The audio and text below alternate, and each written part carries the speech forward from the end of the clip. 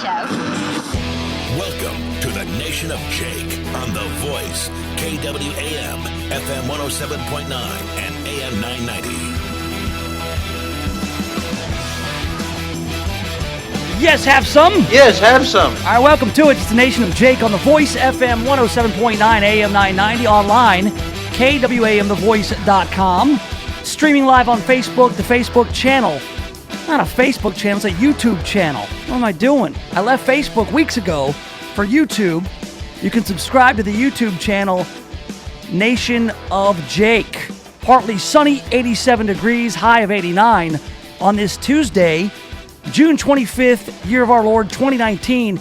And at the moment, I'm trying to explain to Mary Beth Conley, when you're trying to fix up a really handsome dude with a woman, you can't lead with, she has a great personality. Because that just sends the message that she's got a big butt. She's got a big booty if you lead with she's got a great personality. But there's no time for love, Dr. Jones, on this Tuesday, June 25th, 2019. We got a lot to cover and only 2 hours in which to cover it. All right, we are in the throes of debate week. Yes, the debate week coverage continues. 20 candidates, and the Democrat brass is fearing a circular firing squad. Hell, I'm counting on that. I cannot wait to see this disaster that will take place on not one, but 2 nights, Wednesday and Thursday of this week, the Democrat debates. Circular firing squad. That is a perfect analogy for what it could turn into. We'll talk about that in a little bit. Hey, 70 hours of video has been released from the Jussie Smollett case. Now, that was all sealed up. Charges dropped, or so we thought. Last week, we got an update that a judge has decided to throw everything out, everything that Kim Foxx, that attorney, what was she, a district attorney? The DA there in Cook County in Chicago, throw everything she did out. She did everything wrong. And so now everybody is free to reopen the case. There's going to be a special prosecutor. And now we've got 70 hours of video. Just a little bit has been released. And it seems like Jussie Smollett's directorial debut was a bigger disaster than originally thought. There's an update on the unfairgrounds development. Yeah, the fairgrounds, it hasn't been fair in some years. Mid-South Fair left the fairgrounds years ago. Mid-South Fair went down to South Haven, I believe. But since then, everybody's been talking about what to do with the fairgrounds, what to do with the Coliseum. Well, someone has stepped up to do something with that wasteland. We'll also jump on the news crew. So like I said, a long way to go in a short time to get there. To quote one Jerry, eastbound and down. All right, the latest though. Big story of the day, big story of the week. Iran so far away. Iran has now responded to the sanctions that Donald Trump hit them with in response to downing a drone in what Trump says is international airspace. There's some debate over where the drone was. Well, instead of launching airstrikes, instead of killing 150 Iranians, which Donald Trump said he considered, Donald Trump has hit them with sanctions, as we heard about yesterday. Now, we're in now. So we got to go with what is happening today. Iran sharply criticized new U.S. sanctions targeting the Islamic Republic's supreme leader and other top officials, saying the measures spell the permanent closure for diplomacy between the two nations. Permanent closure. Diplomacy has been closed to Iran for 40 years, it seems. You know, they've been chanting death to America. Even after President Obama struck that nuclear deal with Iran in 2015, was it? They still chanted death to America. That's not very diplomatic. So forgive me if I don't, freak out that Iran is closing all diplomatic relations between themselves and the U.S. Iran's president then described the White House as afflicted by mental retardation, which I'm not sure how they do it over in Iran, but you can't use that word here. The R word. You can't call people retarded. You can't call people retards. You can't say that Donald Trump is afflicted by mental retardation. You can't do that. You get canceled for that kind of thing. You use the R word, you get canceled, but nobody's racing out trying to cancel the president of Iran right now, although they should. President Hassan Rouhani went on to call the sanctions against Supreme Leader Ayatollah Ali Khamenei, not Khamenei. If you say Ayatollah Khamenei, everybody laughs at you and says, ha ha ha, he died in 1989, you idiot. People have very similar names. They're both Ayatollahs. Their last names appear to be some form of Khamenei. I'm not even sure how to say it, because when you read things, they don't tell you how to. It didn't come with a phonetic pronunciation, that's all I'm saying. Well, anyway, Hassan Rouhani, the president of Iran, and by the way, they've got too many people. They got a supreme leader, they got a president, they've got a foreign minister. They've got too many people in charge, too many cooks in the Iranian kitchen. Well, president of Iran, he called the sanctions outrageous and idiotic, especially as the 80-year-old Shiite cleric has no plans to ever travel to the United States. Trump's national security advisor, John the Mustache Bolton, said talks with the U.S. were still possible and that the U.S. is leaving an open door for Iran to walk through. But the comments from Tehran clearly show its leaders think otherwise at a time of heightened tensions between Washington and Tehran over the nuclear program and Iran's downing of a U.S. military surveillance drone last week. So, it seems like the folks over in Iran are pretty upset about the sanctions, which is exactly how you want them to react. When you make people mad without firing a shot, and these are the people who say death to America no matter what you do. You cut a deal with them, death to America. You sanction them, death to America. They shoot down your drone, they say death to America. They don't want to work with the U.S. They never have. Not in 40 years. They've never wanted to work with the U.S. They've wanted what they've wanted when they've wanted it. Otherwise, it's death to America. By the way, America, even if you give us what we want and we develop a nuke, what do you think we're going to do with it? We are going to ensure death to America. So there's no way to work in good faith with Iran, and I like what Donald Trump's done here. He's used sanctions.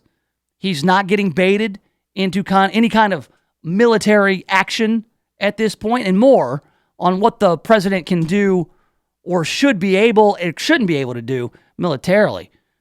The crisis gripping the Middle East is rooted in President Donald Trump's withdrawal of the U.S. A year ago from Iran's 2015 nuclear deal and imposing crippling sanctions on Tehran. As we've outlined, as we know, recently, Iran quadrupled its production of low-enriched uranium to be on pace to break one of the deal's terms by Thursday, while also threatening to raise enrichment closer to weapons-grade levels on July 7th if Europe doesn't offer a new deal. So now Europe is on the hook, having to negotiate with these people, and they're probably going, oh, come on. Man, we just wanted to stand behind the U.S. and let you guys negotiate the deal. Why don't you just give them what they want? And it's because that's not the way we do things, Europe. Why don't you go over there and negotiate with them? Well, we can't really make a deal without you guys because nobody's afraid of us. Come on. We need you guys to do the deal. It's like, well, we don't want to deal with these guys. They hate us. They want death to America. They're not saying death to Germany. They're not saying death to France. They're saying death to America. And we're just not going to deal with them. So, it goes on. Citing unspecified Iranian threats, the U.S. has sent an aircraft carrier to the Middle East and deployed additional troops alongside the tens of thousands already there. All this has raised fears that a miscalculation or further rise in tensions could push the U.S. and Iran into an open conflict 40 years after the Islamic Revolution. Now, this is my favorite part, okay? They put sanctions on the president of Iran. You put sanctions on the supreme leader, Khamenei, saying, yeah, you're not going to be able to go anywhere. You're not going to be able to access your bank account. Can't use your fancy credit cards. U.S. officials also said they plan sanctions against Iranian Foreign Minister Mohammad Javad Zarif, something that drew Rouhani's anger during his televised address on Tuesday. Yeah, see, getting real. getting real exasperated, getting real angry. That's exactly what the sanctions are supposed to do. He says, you sanction the foreign minister simultaneously with a request for talks, an exasperated Rouhani said, and called the sanctions outrageous and idiotic. It's like, that's right. That's right. We're going to sanction you and say, by the way, if you want to talk, we're good to talk. But you guys can't have a nuke. And when we talk, we'd rather not hear death to America. The White House is afflicted by mental retardation and does not know what to do, Rouhani said. I would argue they know exactly what to do. And enter a guy named Mousavi. I have no idea who this guy is. Where did he come from? Oh, there's Rouhani, the president, Supreme Leader Ayatollah Khamenei, and then also there's this foreign minister, Javad Zarif, and let's just say there's another Iranian fella named Mousavi who gave a statement and that echoed that of Iran's UN ambassador, Majid Takht Ravanchi, which, too many characters. Now this Majid Takht Ravanchi warned on Monday the situation in the Persian Gulf is very dangerous. Well, of course it is. You're blowing up boats. You're blowing up boats and you're shooting down drones. That's why it's dangerous. The U.S. isn't over there blowing up boats and shooting down drones. So yeah, of course it's very dangerous because you're making it very dangerous over there, guys. Come on. John Bolton told a news conference that all options remain on the table if Iran goes over the limit for its low-enriched uranium stockpile as planned by Thursday. He says it would not be in their interest to do it, but they've gone and done a lot of things recently that are not in their interests. So I don't want to see war. Donald Trump says he doesn't want to see war. He's got a few things to say about it, does President Trump. Let's go. My only message is this. He has the potential to have a great country and quickly, very quickly. And I think they should do that rather than going along this very destructive path. Destructive for everybody. Destructive for everybody. We can't let him have a nuclear weapon. He said he doesn't want nuclear weapons. It's a great thing to say. But a lot of things have been said over the years, and it turns out to be not so. But he said very openly and plainly for everyone to hear that he does not want to have nuclear weapons. So if that's the case, we can do something very quickly. And then what's the problem, man? Yeah, that's the main thing. They can't have a nuke. Oh, we don't want nukes. Okay, then why can't we talk? Because death to America, that's why. Duh. Death to America, we hate you. That's why. That's why we hate you. So Donald Trump's in a position here where he doesn't want war. He said it a bunch of times. He says it here. Not looking for war. And if there is, it'll be obliteration like you've never seen before. But I'm not looking to do that. But you can't have a nuclear weapon. You want to talk good, otherwise you can have a bad economy for the next 3 years. Not as far as I'm concerned. No precondition. There you go. So it doesn't look like it's getting anywhere. If we can stave off any kind of goofy attacks, that would be great. The president doesn't think he needs congressional approval to launch an attack on Iran. I disagree there, but you really can't blame him for not thinking that. You can't blame the president for thinking he doesn't need congressional approval to launch airstrikes or to strike Iran because so many presidents have done so before without congressional approval. So, we're going to talk a little bit more about that in a little bit. We've also got, again, debate week. We got the latest on the Jussie Smollett deal. We got the news cruise. We got so much to do. I do want to get into this fairgrounds redevelopment project. There is actually a plan in place, and there's also a developer who's going to take it on. We'll check out what that looks like next right here in the Nation of Jake. The Voice, KWAM, FM 107.9 and AM 990. When's the last time you looked at the windows in your house? Not through the windows, but at the windows. Really looked at them. There's dirt, streaks, buildup, smudges, fingerprints, paw prints, spider webs, dead bugs. There's little white speckles. I have no idea what they are, and who knows what else. Now, cleaning all the windows in your house makes a big difference, but it's also a big job. That's why you need Just Windows Home Services. Just Windows has been taking the pain out of window cleaning since 1992. Just Windows cleans all types of windows, storm windows, screens, skylights, interior, exterior, upstairs and down. Now, I know I told you the company is called Just Windows Home Services, but they do a lot more. Roof and gutter cleaning, pressure washing, mirrors, blinds, ceiling fans, light fixtures, chandeliers. Look, if you've got hard to reach areas of the house, then you need Just Windows Home Services. Call for a free estimate, 751-3934. That's 751-3934, or get them online at justwindowsmemphis.com. That's justwindowsmemphis.com.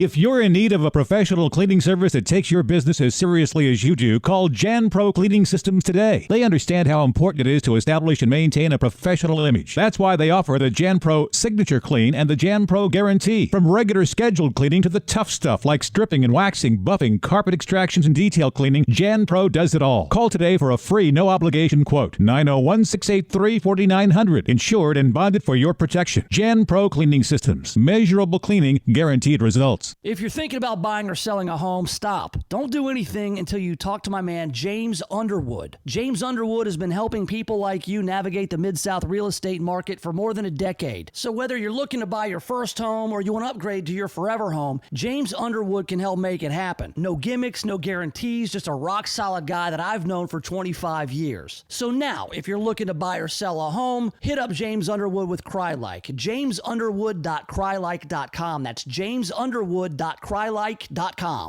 Appella is a nonprofit organization that is committed to the promotion of independence among their clients. Many seniors are not ready or do not need to move to an assisted living facility, but they need some help to continue living in their own homes. Appella's team of care specialists provide assistance with daily tasks that become difficult as our bodies age. Appella is locally operated and serves the North Mississippi area. Call them today at 662-429-3652 or visit appella.org.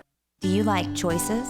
Do you like being part of the design? How about being involved in picking the type of wood, stain, and customizing the size of your furniture too? Well, you can do all that and more at Amish Excellence. They have the highest value in furniture that is reasonably priced and handcrafted by the Amish. Imagine dining room tables, chairs, bar stools, hutches, chests, end tables, and more. Amish Excellence's showroom is located at 3601 South Houston Levee Road, Suite 106. Miracles are happening in genetic testing and disease screening. As they say, knowledge is power, and Momentum Community Care offers you a chance to get early detection of cancers you may be genetically inclined to, and help develop a preventative treatment plan if needed. It's called CGX and PGX screening. The best news is that it's fully covered by Original Medicare Part B and most insurances. Call Jason Abbott at Momentum Community Care now for more information at 901-218-4425.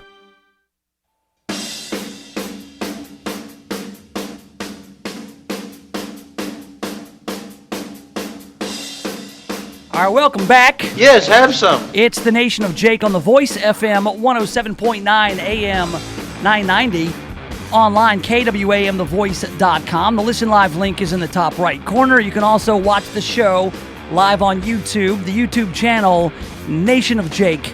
Run it all together. Catch up with me on Facebook. Go like the Facebook page. Follow on the Twitter at Nation of Jake. Plenty of ways to be a part of the program. All right, so, over the years, since I moved back here, 2013, really the beginning of 2014, I moved back to Memphis after being gone about 10 years. I lived in Atlanta for a time, and then I came back, it was cool, like hometown, come on back, but a lot of catching up to do on what was going on around the city. I had missed out on a lot, but I guess one thing that really hasn't gone away is this need to redevelop the fairgrounds. All right, let's see. When did the fairgrounds leave? When did the fair leave the fairgrounds, I guess, a better way to put it. Mid-South Fair was at the fairgrounds. I mean, well into my 20s. Maybe like in my mid-20s, it moved out. They quit doing the Mid-South Fair. And I thought to myself, that's unfair. Quite literally, unfair. A lot of great times at the Mid-South Fair. All the kick up your heels at the Mid-South Fair. We got a day off school. And go to the Mid-South Fair for Mid-South Fair Day. And go out, play some games, get ripped off, that kind of stuff. Try to throw those rings on the bottles. Get those water guns and squirt that little target and move the thing, or throw the balls at the clowns and, get a 20-cent prize, or some sort of inflatable Spider-Man on a stick. Maybe get a funnel cake, get a sandwich, one of those big beef sandwiches, whatever it was. Fairgrounds were fun for a while. I saw some really good shows at the Mid-South Fair. One of the best was 1996. I saw The Sponge and Stabbing Westward. They weren't called The Sponge. Sponge, Stabbing Westward, Mid-South Fair 1996. Fantastic show. It was awesome. The first time I was ever offered to buy weed was at the Mid-South Fair. I didn't know what the guy was talking about. He said he had some chicken for a real good price. And I was walking by. I was 15, 16 years old. And I said, this guy just offered to sell me chicken. I said to my friend Ben, I said, this guy offered to sell me chicken. I didn't see. He didn't have any chicken. I couldn't smell the chicken. Was he talking about live chickens? And my buddy Ben was about a year older, and he kind of knew the ways of the world a bit better than I. And he said, no, Jake, he just tried to sell you marijuana. And I was like, oh, wow, I didn't know that. But then I got to thinking, hold on a second. You're not supposed to be selling marijuana at the Mid-South Fair. You're not a licensed vendor. So then I started to think, way back in high school, maybe I shouldn't be going down to the Mid-South Fair. That seems like might be pretty dangerous. You got drug dealers out there openly hawking chicken to young boys. This is not the place for a family anymore. And then a few short years later, Mid-South Fair moves out, goes down to South Haven, and the fairgrounds become unfair. The Mid-South Coliseum shuts down. That place is a hazard. Bought a bunch of asbestos falling down from the site. And then Libertyland goes away. Zip and Pippin gets sold up to Bay Beach in Green Bay, Wisconsin. So we've seen a deterioration of the fairgrounds area. A lot of crime plagued on the south side of the fairgrounds. There's Southern Avenue right into Orange Mound. That does not help things.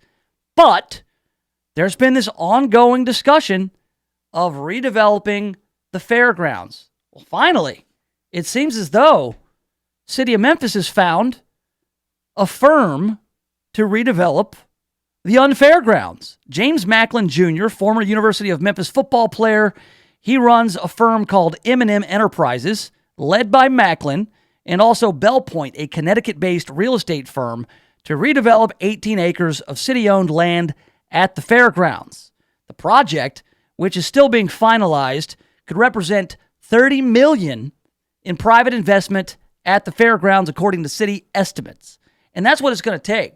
It's going to take a private firm to say, hey, look, this land right here on Central Avenue, I believe, this is good land.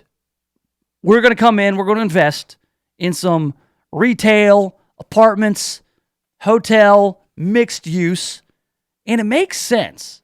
They're talking about the urban edge on Central Avenue that will be activated by a variety of leased spaces to support the needs of the fairgrounds community. And if you think about it, north side of the fairgrounds along Central, between I guess you got the Children's Museum to the east, and I guess you got Melrose Stadium, which that may move because they're talking about doing a sports complex on the south side of the fairgrounds. And we'll get into that in just a minute. So from about the Children's Museum down to that school, what is that, Middle College High School or a STEAM Academy or something, right there in between, nothing really going on.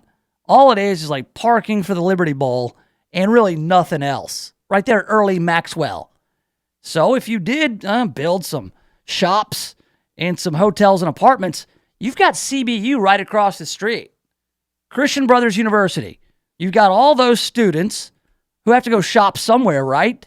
When their parents come into town to watch them, I don't know, at some sort of nerd convention or what do they do at CBU? A lot of nerdy stuff goes on at CBU. Or soccer games, sports, because they got some fields right out there. That could be a good market for it. Just the CBU contingency could be a great market for shops and apartments and hotels. And then Rhodes is not too far away. U of M still kind of right there. And then all the folks from Cooper Young and Midtown. So it makes sense to kind of bridge from, where the Pink Palace is, right down Central Gardens, into Cooper Young, right there, that kind of dead zone where there's really nothing going on. So it makes sense. The concept will create a walkable place and urban center by establishing an urban edge on Central Avenue that is activated by a variety of leased spaces to support the needs of the fairgrounds community. Our concept will provide a strategy for scalable green spaces, more completed streets, well-defined campus edges, and meaningful gateways. That's according to the development proposal. That's a lot of words. It's a bag of words. It's a lot of proposals speak. You would see all those things in a PowerPoint from a firm proposing a development. It creates another node of activity between Highland and Cooper. It also complements the youth sports facility that they have proposed, does the city. Now, I like the north side of the fairgrounds for development. I like the Central Avenue edge that they're talking about for all the reasons I outlined. You got CBU right there, Rhodes not too far away, U of M just to the east. That could be a nice place to gather, go shop, maybe even live. Think about it. If you got some apartments there, kids can go to that middle college high school. CBU students could live, CBU grad students, say if there's not enough campus housing, they could rent apartments across the street. The only problem I have with the whole fairgrounds development, you got to go back and look at why the fairgrounds became the unfair grounds. If it's not a good place to have a fair, it became unsafe for people to go down and spend their money and spend a night at a fair. Because you go down there, you get offered to buy drugs, you get robbed, mugged, beaten up, if not worse. So they had to quit doing it there. And the crime problem, the crime factor, hasn't gone away in this city.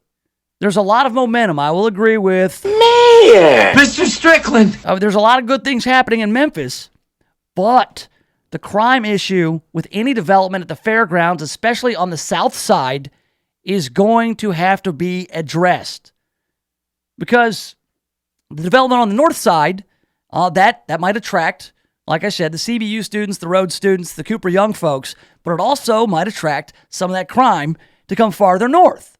And people want to live in nice, safe places. I say it all the time. Safe streets, good schools, reasonable taxes. That's what you need in order to really develop something. But if the other side of the development is going to be a bunch of basketball courts and sports complexes on the south side, then you're kind of opening yourself up for Fairgrounds Part 2, the Mid-South Unfair Part 2. So unless you're going to build a wall down there, and you don't want to do that, you want to be inclusive, right? But there's the crime.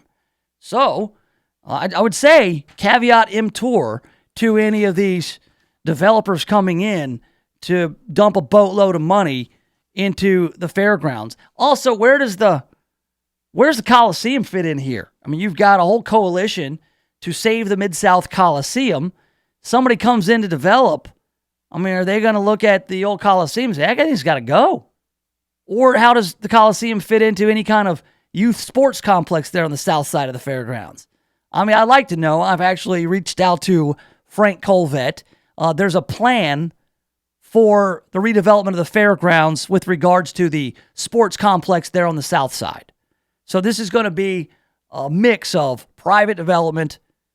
The parcels, I guess, the city has made available for private development are on the north side by Central. And this is just all from what I'm reading today here from the CA, what Mr. Macklin would like to do with it.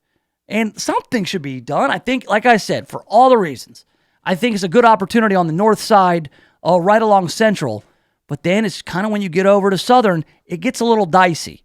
And I used to run around down there all the time. My band had a practice space in that little mini storage on Southern, but then it just got way too dangerous to be down there.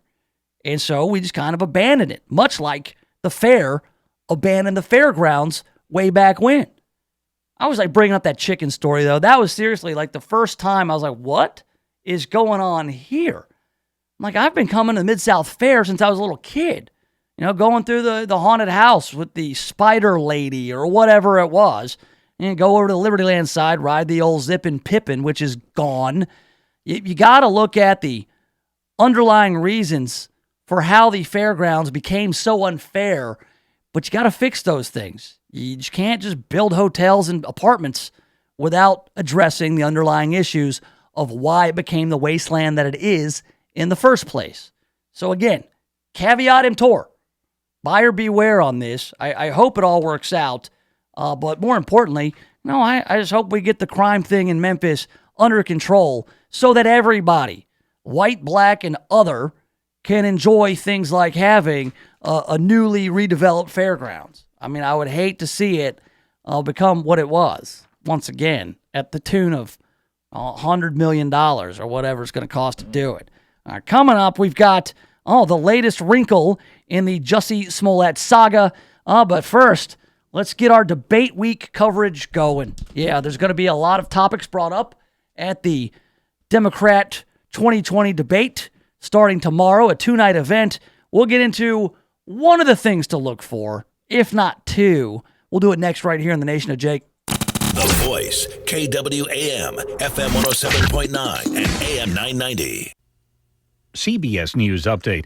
The White House has made it official. The First Lady's chief spokesperson is moving over to the West Wing. Stephanie Grisham will be succeeding Sarah Sanders as White House press secretary. This kind of solidifies the East Wing, Melania Trump having a pretty significant, impactful role. I mean, it's her top press aide advisor who's going to become now the president's top press advisor. And CBS's Finn Gomez. She knows the president. She knows the First Lady. After starting here, after the president won, she came to the White House as a deputy press secretary, and then from that point, she went over to the East Wing, where she became the First Lady's communications director. And there, she actually was elevated to the role of deputy chief of staff, but still was a communications director. Grisham has had a good relationship with reporters so far. By picking this person, I think it's an indication that we're going to continue with the current status quo of the White House, where it will be the president speaking to the press, where we won't have the daily press briefings. CBS News update. I'm Jim Chenevey. Did you know that your potential customers look at your website and determine your credibility within 8 seconds? Make sure your business reflects the quality service you provide. Contact Control Alt Design for a free quote today. Today's marketplace is very competitive and you need a professional web presence. Control Alt Design offers web design at a fraction of what the larger firms charge. Control Alt Design has been helping local businesses stand out on the web for over 20 years. They also offer logo design, business card design, flyers, brochures, and more. See their work today at ControlAltDesign.com. Since 1927, Memphis Jewish Home and Rehab has been invested in the health and happiness of each individual who enters their doors. They serve people and families of all faiths with compassion, dignity, and commitment. Named one of U.S. News & World Report's best nursing homes for 2017-2018. Memphis Jewish Home and Rehab was also named the #1 nursing home in the Mid-South by the Memphis Business Journal in 2019. Memphis Jewish Home and Rehab is located in a 77-acre park-like setting in Cordova. You can find out more on their website at memphisjewishhome.org. Planning for retirement can be confusing and overwhelming. Tune in to the Servant Retirement Show to hear the current news and events today's retirees need to know. Every Saturday morning at 8 on KWAM, The Voice, AM 990. If you want to talk to Dan Groban or Philip Menard today about your retirement plans, call the team at Servant Advisors Group, 855-260-1000. That's 855-260-1000. Get started on the path toward a comfortable retirement today. 855-260-1000. This is Clark Howard. Over the years, one of the most difficult questions I've faced is from people who have bad credit or no credit, looking to establish credit for the first time or reestablish after, messing up with credit. And so the opportunities out there, so many of them are crummy. The secured card programs that are offered in many cases have massive junk fees attached to them, really uncomfortable terms and conditions. But Amazon is offering a new card for people with bad or no credit history that is specially designed for you called the Amazon Credit Builder, where you post money on deposit with Amazon's designated bank, and then that's your charge limit on Amazon. Over time, you build up a good credit reputation, and then you graduate to a regular Amazon credit card, and there's no fees with the program. Guess what? Right now is the perfect time to tackle those home projects you've been putting off. So come summertime, you can just sit back and relax. Home Advisor can help get you started. Home Advisor matches you to the right pro for the job in seconds. You can read reviews and even book appointments online. Home Advisor can help with any home project, big or small, painting, plumbing, even remodeling. Find a great pro now before the busy season hits. Go to homeadvisor.com or download the free app. Home Advisor. Have you heard what President Trump said recently? Newsmax, you like Newsmax. I like it too. Now you can watch Newsmax TV and get the truth about Trump from Bill O'Reilly, Mike Reagan, Alan Dershowitz, Pat Buchanan, and more. Newsmax TV is America's fastest growing cable news channel, now in 70 million homes. Find Newsmax on DirecTV, Dish, Xfinity, Spectrum, Optimum, Fios, Uverse, and more systems. See Newsmax TV today. It's real news for real people.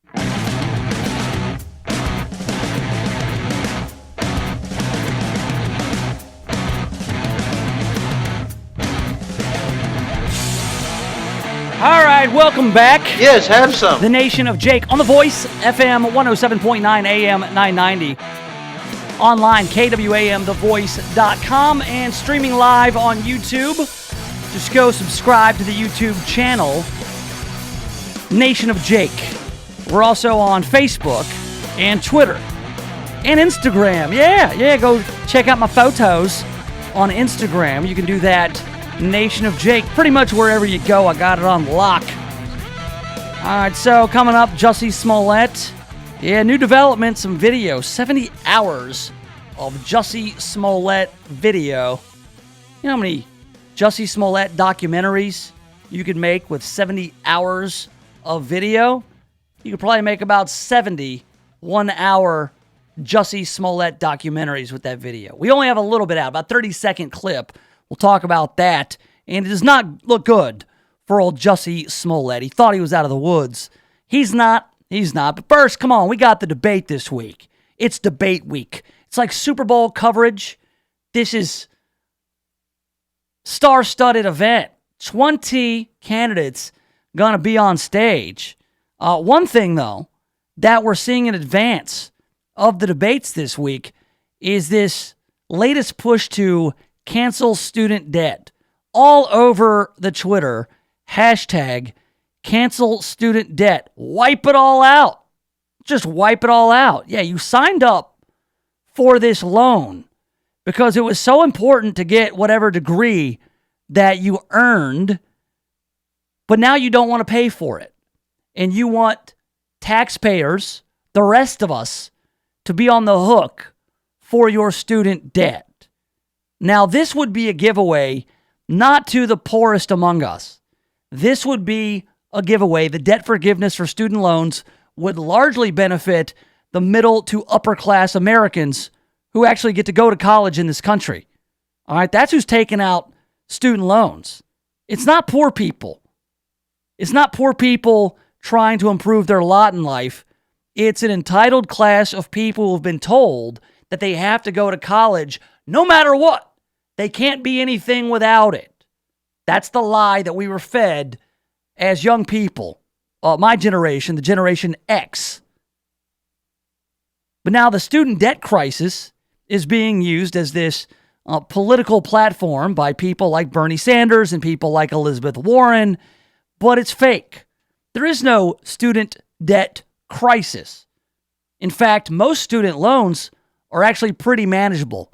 I think the average student loan is like $17,000. And you read about these, I'm on $150,000 of student loan debt. And the crushing interest rates, it'll take me forever to pay it off. And this is a decision I made, but I really don't like living with this decision, so cancel my student loan debt. All right. It's also the direct result of the program having been taken over by the federal government. The federal government took over all the student loans. About the same time, we're seeing this balloon, this quote-unquote crisis. And it wasn't a crisis. Nobody was talking about this 10 years ago. Nobody was talking about it 15 years ago. It wasn't until the federal government took over all the student loans. Now, you remember the clip that we heard of Maxine Waters talking to all these bank CEOs about how are you going to help us with the student loan debt? And they politely, a little too politely, reminded her that we haven't given out a student loan since the federal government took this over 10 years ago. She was like, oops, see, because you gave out student loans to everybody who needed a student loan, which you told everybody they needed a student loan because they needed a college degree. You perpetuated that myth, and then you gave everybody a student loan, and then colleges said, oh, look, they're giving everybody these student loans. Let's jack up our prices because, hey, it's free money, right? Limitless supply of money. Let's jack up the prices. The interest rates are insane. And then what do you have? You can't keep it for a collateral. It's unsecured debt. So it's just, the whole thing is, it's a mess, but it's a mess of your own making. And no taxpayers should be on the hook to pay off your student loans because there are plenty of people who got through their 2 or 4 years of college by saving up, by working, earning scholarships, living responsibly. I don't know, maybe not taking out $100,000 in student loans to get a literature degree. Last I checked, they haven't been opening many literature factories. They haven't opened a new literature factory in this country in a very long time. All right, so it was a bad decision on your part. And it's funny now how politicians believe you should not have to pay back the student loans that you yourself took out 10 years ago, but the same politicians believe you should have to pay reparations for things your ancestors may or may not have done generations ago. Now, there's a couple of ways that they, being some of these Democrats running for president, want to pay for this student loan forgiveness, to hashtag cancel student debt. One is Bernie Sanders' way. He wants to tax any and all Wall Street transactions, and that will pay off all the student loans and also pay for everybody to go to college. That will also de-incentivize investing, making fewer trades. It will have a negative effect. And also, just philosophically, why are we paying for people's bad decisions on student debt? And this is going to come up tomorrow in the debates. What else is going to come up is Elizabeth Warren's plan.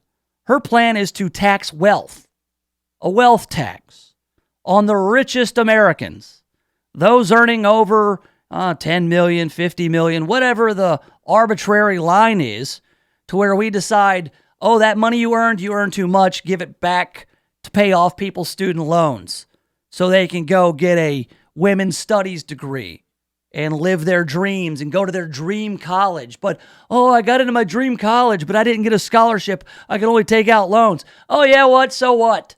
So what? You had a dream of going to Harvard and you couldn't go. I had a dream of playing center field for the Atlanta Braves. I had to settle. I had to readjust. I'm sick of this entitlement stuff, and I sound like some old guy. I sound like the old angry white guy. Yeah, I get that all the time. Oh, you're just one of those white Republican guys. No, it's just common sense.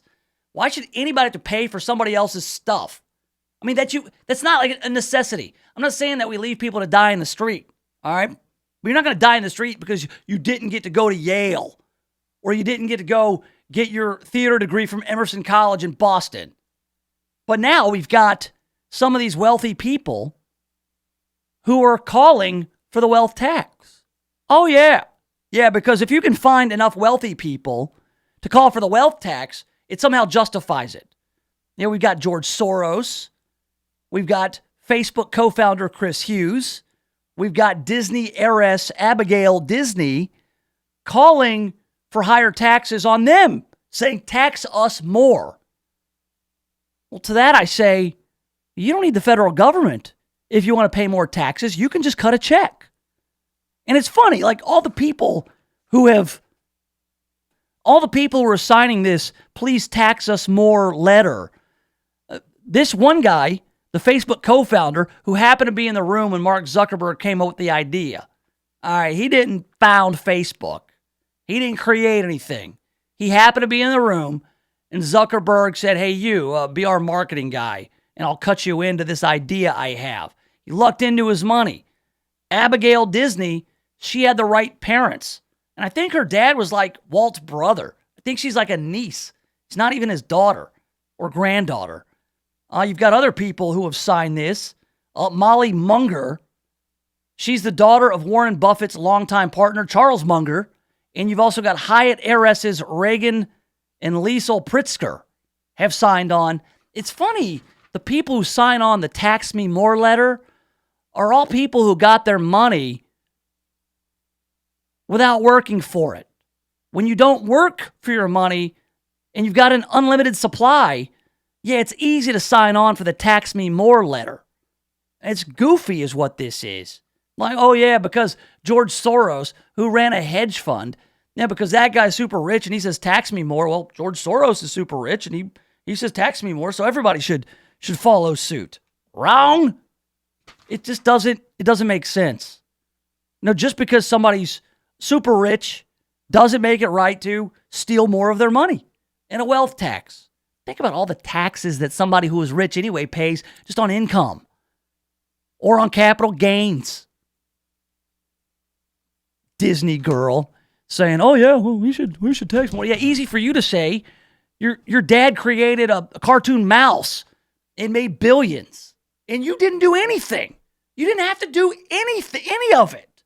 You were just born. You came out of the birth canal a future billionaire, and somehow that gives you license to tell everybody else who has made a fortune what they should and shouldn't do with it. You're bonkers. You know who else is bonkers? Jussie Smollett for trying to pull off this hate crime hoax. It's all out there now. 70 hours of video, but the 30 seconds that I saw was glorious. We'll talk about that next right here in the Nation of Jake. The Voice, KWAM, FM 107.9 and AM 990. KWAM, The Voice salutes our seniors all month long. Baby boomers are hitting retirement with vitality and vigor that's redefining how senior communities are designed and healthcare is administered. Estimates show that by 2050, there'll be 83.7 million people 65 and older. On average, seniors are the most affluent demographic in America, with seniors having 5 times the net worth of the average American. Today's seniors are redefining aging. They'll play games remotely with their grandkids or read the news on their iPads. In America, seniors use more internet than any other age group. KWAM salutes our seniors. Brought to you by Robinwood Retirement Resort, an all-inclusive senior living community that is the perfect choice for your luxury retirement living. For more information, call 901-381-8949. Ave Maria's Rehab Greenhouses, personalized care in a home environment. For more information, call 901-386-3211. ATC Fitness would like to announce their new partnership with Silver Sneakers. That's right, ATC Fitness now accepts Silver Sneakers members. ATC Fitness is your local, family-owned 24-hour gym. Get started on the right track with their easy-to-follow instructions and demonstrations. Remember, if you are a Silver Sneakers member, come to any ATC Fitness throughout the Mid-South. Check them out online at atcfitness.com to find the nearest location to you. Renew, refresh, and rejuvenate in Ave Maria's Rehab Greenhouses. After surgery or a hospital stay, you want to get back to your normal lifestyle. If you can't recover at home, Ave Maria's Rehab Greenhouses provide the transitional care you need to heal mind, body, and spirit. Experienced staff offer physical therapy, speech, and occupational therapy. Enjoy private suites, chef-prepared meals, therapy garden, and more. Ave Maria's Rehab Greenhouses, personalized care in a home environment. For more information, call 901-386-3211. Meritzen provides services for seniors focused on making them feel independent and improving their quality of life, whether that's through work opportunities or being able to age in their own home. Meritzen offers programs such as in-home care, including meal prep, household chores, home health with skilled nursing and therapy services, and employment for low-income seniors through job training and a paid part-time placement program. Call them today at 901-766-0600. Meriton, well-being, independence, quality, and compassion. All right, welcome back. Yes, have some. Nation of Jake on The Voice, FM 107.9, AM 990. Nation of Jake YouTube, Nation of Jake Facebook, Nation of Jake Twitter, Nation of Jake Instagram. Anywhere you go, Nation of Jake. Let's get to it. The Chicago police have released footage of Jussie Smollett after the alleged hate crime attack that he told the world about back in January. Polar vortex, 2 a.m. on the streets of Chicago. He went to Subway to get a sandwich, and he claims he was attacked by two men wearing Make America Great Again hats. They shouted at him, "This is MAGA country," hurled a couple of homophobic epithets, and then poured bleach on him and put a noose around his neck. He was then charged with making the whole thing up, filing a false report, 16 different charges related to staging this hate crime hoax, and then it all went away. Prosecutor Kim Fox there in Cook County said, no, we're not going to prosecute him. In fact, seal up the records. Well, now a judge has said they can appoint a special prosecutor because none of that was above board. None of the way it was handled by the prosecutor, Kim Fox, was handled properly. Therefore, now, it's all back open. It's an open case, and charges can be brought. Well, as part of that, 70 hours of video was released to the Chicago PD, or by the Chicago PD. Now, this is little by little leaking out to the media. So what we've seen there on Twitter is a 30-second clip. All right, so in the released footage, Jussie Smollett, after the attack, is wearing white rope around his neck. He claimed his attackers tied the noose around his neck and poured bleach on him. Now, in the video, police show up to Jussie's place, and he says, I just wanted y'all to see, Smollett is heard saying as he touches the rope, and the police body camera footage is taken as officers respond to his home after the January 29th report. He then begins to unwind the rope and says, there's bleach on me. And then he asks for the cameras to be turned off, and then it goes black. So 30 seconds, cops go in. Jussie Smollett is standing there in a goofy-looking sweater with just a big mess of rope around his neck. It's not the kind of rope you would use for a noose. It's a kind of nylon rope you would use to tie up a kayak in your storage room when you're not using it. After you use that stand-up paddleboard one time, you might use rope like this to, kind of secure it to the side of your storage room. The thing about it is, it looks like, you know what it looks like? It looks like a goofy macrame plant holder that would hold a fern. And it looks like he was knitting the sweater he was wearing at the time. And here's the really interesting part. Jussie Smollett claimed that this attack happened at 2:30 a.m. on January 29th. The time code on this video reads 0846, meaning he sat there with that rope around his neck for some 6 hours before the police were called and then subsequently showed up at his place. So he's sitting around, hanging out, finishing up his Subway sandwich in the middle of the night in the polar vortex, and he's got just this big, weird mess of rope. The whole thing is odd. It certainly does not help Jussie Smollett, especially since the Nigerian brother said, oh yeah, he paid us to stage it. Oh yeah, that's the rope we bought.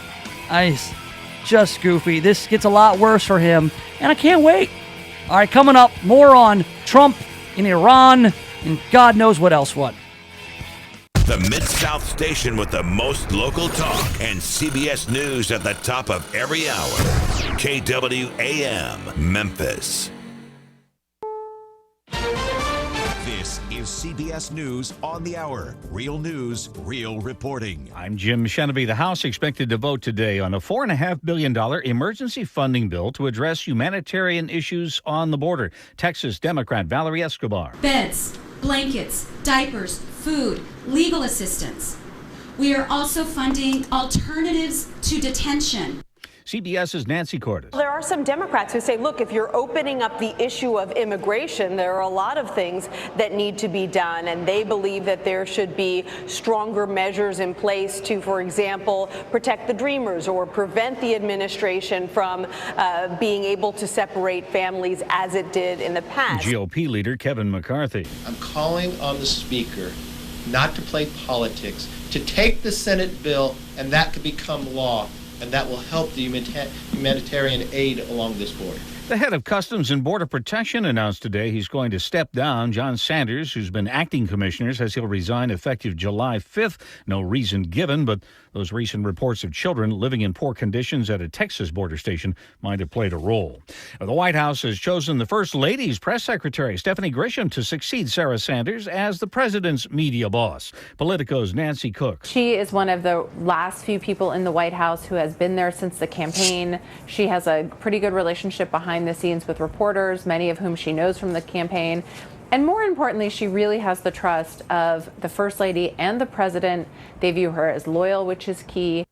Iran today warned the latest round of U.S. sanctions have closed the doors of diplomacy. National Security Advisor John Bolton in Jerusalem says Tehran could still walk through the open door to talks with America, but the president would say that all options remain on the table. I wouldn't give Iran advice on what they ought to do. They should give up their pursuit of deliverable nuclear weapons. They should make that strategic decision. They haven't done it yet. John Cirencione is with the Plowshares Fund. The Iranian leaders are reacting with outrage and disgust, using some of their strongest words to date, calling the White House mentally crippled. SpaceX successfully boosted 24 satellites into orbit in a nighttime launch.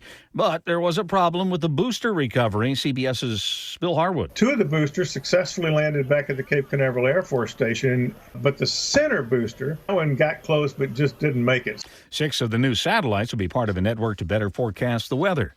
On Wall Street right now, the Dow is down 143 points. The Nasdaq is off 112 or 1.4%. This is CBS News. Would you risk your career or your life to go up against a big company if they were doing something wrong? Meet people who did. Whistleblower on CBS Friday.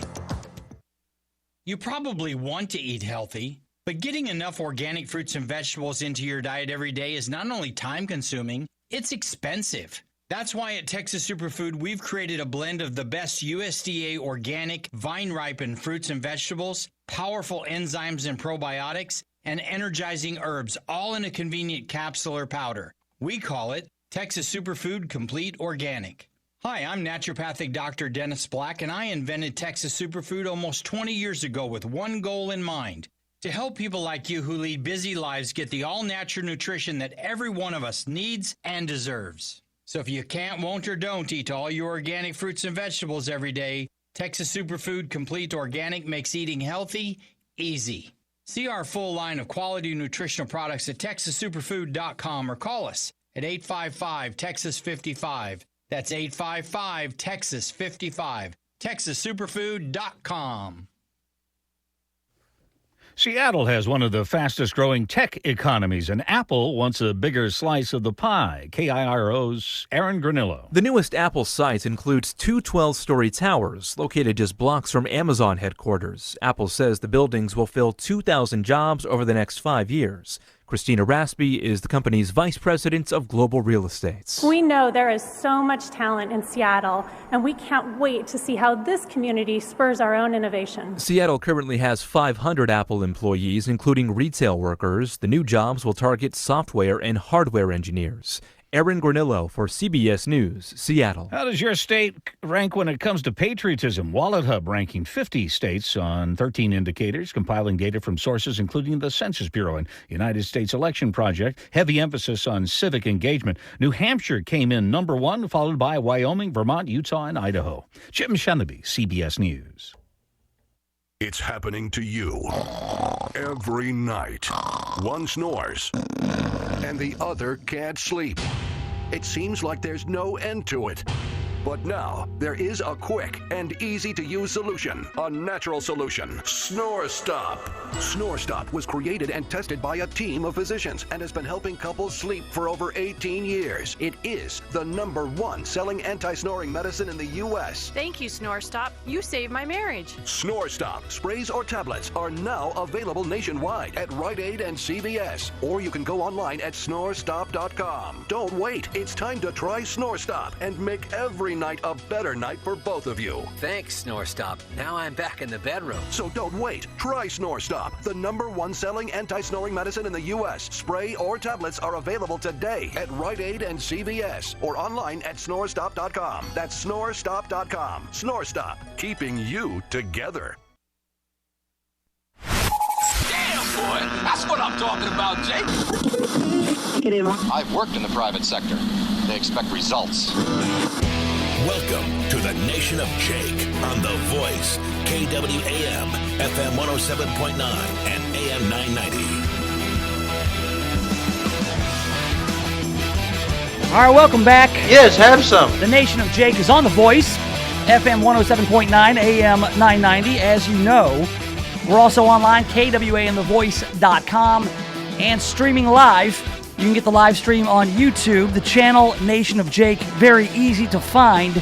I'm sure it's linked over there on the Facebook page. If you like the Facebook page, just go there and find a link to the YouTube live stream that's going on now. Also, the 2-minute show, which is this program all condensed down into 2 minutes. I like to do that each and every day. And don't forget to subscribe to the Nation of Jake podcast. That'll be up shortly after the program concludes. You can subscribe at iTunes, iHeartRadio, Stitcher, Spreaker, Spotify, anywhere fine podcasts are heard. So there's no shortage of ways to get into the Nation of Jake. There's so much going on, like right now with the White House and Iran. I mean, that would be enough for me. You know, I'm just kind of like, let me handle the mad murderous terrorist regime who's blowing up ships and also threatening us and also shooting down drones. So let me deal with Iran. But President of the United States has to multitask. He has to be able to delegate, but also he's got to occupy a lot of different headspace. Let's just call it international headspace. That's where it needs to be. I'm more of a singular focus kind of guy. If you give me one task to focus on, it's going to get done on time, under budget. It will be the best. It'll be impeccable, the result. If you just give me one thing, give me 2 things, it'll be pretty good. You give me 3 things, you're asking a little bit much. And anything more than that, hell, it's just spinning plates, and I'm going to try not to break them. You're going to get the bare minimum on each of them. And I think most people are that way. But when you're the president of the United States, they just throw everything at you. So there's a lot going on in the White House. There's actually, the headline of the hour is that Donald Trump has found a replacement for Sarah Huckabee Sanders as the White House press secretary. Donald Trump is ganking his wife's head of PR, a woman named Grisham. And from what I understand, this woman, Grisham, Sarah, Sandra, whatever the hell her name is, she is right up Trump's alley. This is a woman who is very to the point. She fits Donald Trump's personality and will be the perfect mouthpiece for the White House. We'll see how that works out.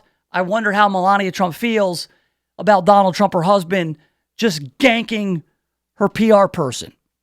So that's something to look forward to. Some White House press briefings with the new press secretary. We'll find out, what she looks like and who will play her on SNL. Because I'm almost certain that will be on SNL this weekend is the new White House press secretary. We've also got, not only the Iran thing, but Donald Trump was accused of rape not long ago, like last week. Now there's a woman named Jean Carroll, Jean Carroll, some sort of columnist or writer. She says that 30 years ago, Donald Trump sexually assaulted her in the dressing room of some store 30 years ago. Not to say it didn't happen, but 30 years ago, and she has a book coming out, it seems a little suspect. You always have to, take these allegations, you take them seriously, but you got to ask some questions and verify and look for plausibility. All right, now Donald Trump has denied the allegations, says he doesn't even know the woman, and that also she's not his type, which I think is really unhelpful when you're trying to deny allegations. Not the proper way to do it. If you didn't do it, deny that you did it. Say, it didn't happen, I didn't know her, then be done with it. Be done with the denial. No need to opine on whether or not this woman is your type, because that just kind of lends itself to some warped logic in that, okay, wait a second, if she was your type, you may have considered it, because that's not what you mean, is it? So I didn't find that to be something very becoming of a president. I mean, what does it matter whether or not she's your type? If you don't know her, you didn't do it, that's it. That's a denial.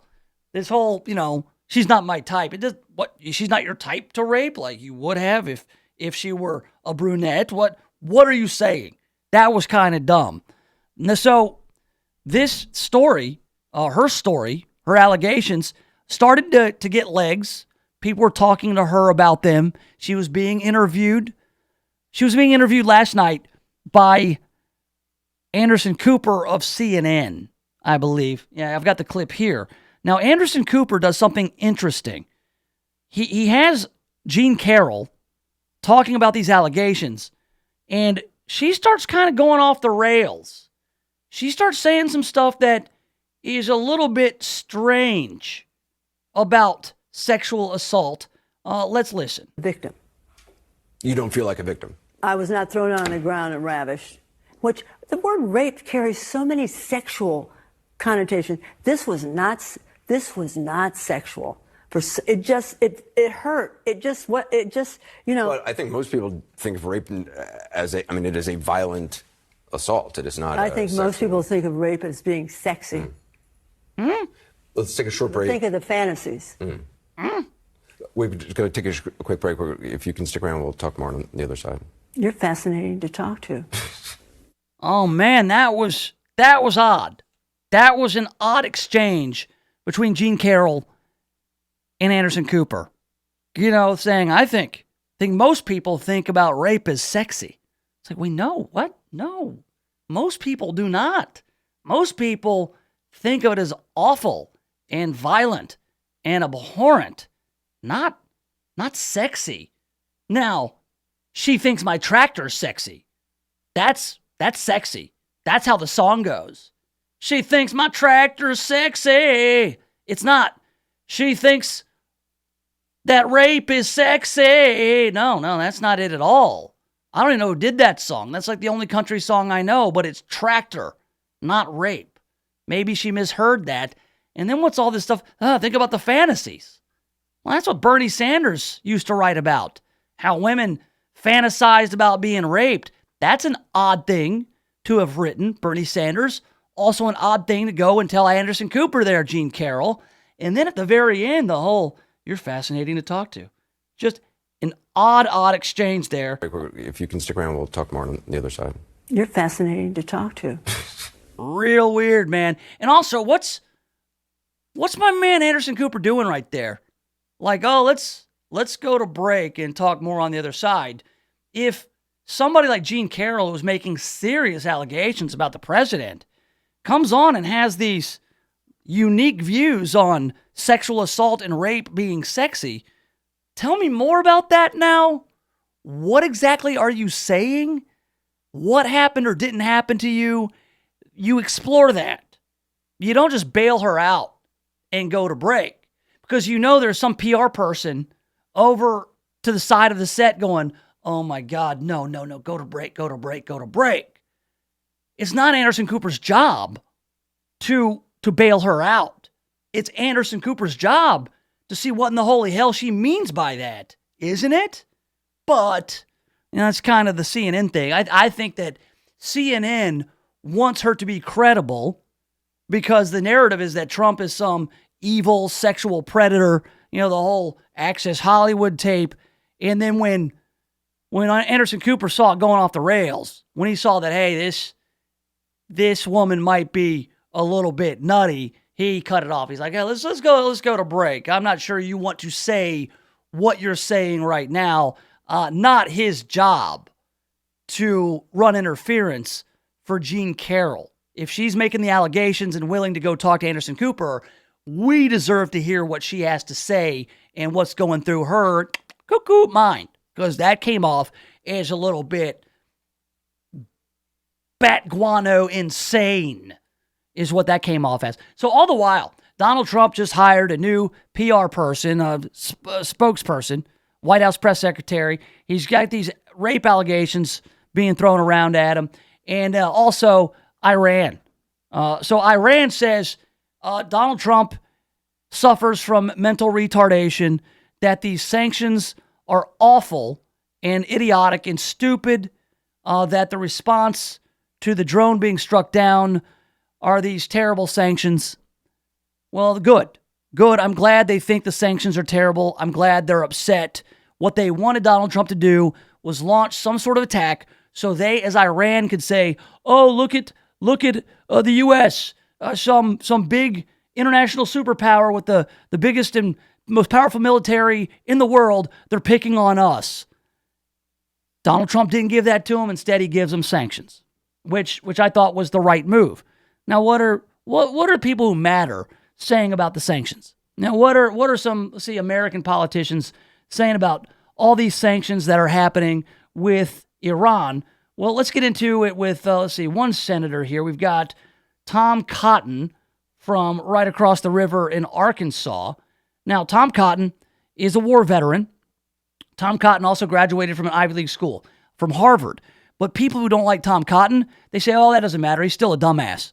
That's what they do. That's what they do with Tom Cotton. Like, for instance, Mayor Pete Buttigieg, he's so smart and so intellectual. Oh, and he's a war veteran who went to an Ivy League school, went to Yale or something, right? Oh, well, look at that. That strengthens Mayor Pete's argument. I mean, a guy, a war veteran who went to Yale or went to an Ivy League school, wherever the hell he went. But then you got, here's this other fella, Tom Cotton, senator from Arkansas, Republican. He's a war veteran who went to Harvard. So what? He's an idiot. It's okay. Well, let's see what Tom Cotton, the idiot who went to Harvard, has to say about the whole Iranian situation. And Javad Zarif can tweet from Tehran all he wants, because when he faces sanctions later this week, he's not going to be traveling to Europe and the United States to spend his people's money in five-star restaurants anymore. The president, though, to the larger point, has made clear he doesn't want war. I don't want war. That's not what I've said is warranted by the attacks that Iran has launched against foreign vessels on the high seas or against an American surveillance aircraft. I've said we need retaliatory strikes, kind of what President Reagan did to Iran in 1988 for exactly this kind of activity, or for that matter, what Donald Trump did to Syria in 2017 and 2018 when Bashar al-Assad gassed his own people. Now, the president showed restraint last week, as he said, but Iran's leaders should not anticipate that to continue if they continue to march up the escalation ladder and ultimately harm an American citizen or service member. All right, so yeah, Tom Cotton gets called all kinds of names, like a warmonger. Oh, all this guy wants to do is go to war. He sounded pretty measured there. He's saying that the president showed restraint by not launching any kind of strike last week after the drone was shot down. But if things continue to escalate, that has to be on the table. Now, Donald Trump thinks that he can go in and launch an attack without congressional approval. All right, he's correct. He can. He shouldn't be correct. He should be wrong. Because if you go to war, you need congressional approval. All right, and everybody always wants to call the Iraq War in 2003 an illegal war. But George W. Bush got congressional approval. So it wasn't an illegal war. It was signed off on by Congress, who has the power to declare war. But we've had so many military actions. What's the AUMF, auxiliary use of military force or whatever, that was just kind of like put in place there in the early 2000s. And we've been operating under that for almost 20 years. It's goofy. Donald Trump says he doesn't need a congressional approval. And he even said it. Let's see. He does not need, here we go. We got the clip. He'll tell you himself. I like the idea of keeping Congress abreast, but I wouldn't have to do that. Sure. Nancy Pelosi actually said you must have congressional approval. So you disagree with her on that? I disagree. I think most people seem to disagree, but I do like keeping them. They have ideas. They're intelligent people. They'll come up with some thoughts. I actually learned a couple of things the other day when we had our meeting with Congress, which were, I think, helpful to me. But I do like keeping them abreast, but I don't have to do it illegally.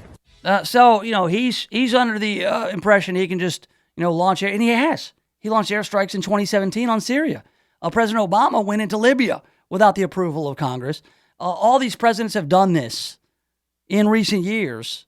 A lot of it under this AUMF. So it's gotten to the point where, he's right to think he doesn't need congressional approval because it's been done so damn much. See, what I think, though, we need to get back into reining in the presidency that he shouldn't just be able to launch airstrikes wherever he wants as a response on whatever targets he wants, just because. I mean, we should be very measured with the way we use force, especially if we're going to go send boots on the ground. Another 1,000 troops the other day got sent into the region. Well, it didn't take an act of Congress to do it. The president just said, hey, do it. We've got tens of thousands of troops over there. We've got aircraft carriers. We've got such a presence everywhere. I mean, you wonder if we didn't have such a big presence everywhere else, that these things wouldn't escalate and tensions wouldn't be that high. So when you get into international politics and where we have everything set up, I mean, we are just everywhere, and we shouldn't be. We shouldn't. Listen, I'm all about keeping it safe, protecting our interests, but we probably need to dial it down just a little on this whole deal. That said, I mean, it does come to a point, though, if Iran wants to, blow up our stuff or launch attacks, we're going to have to respond militarily.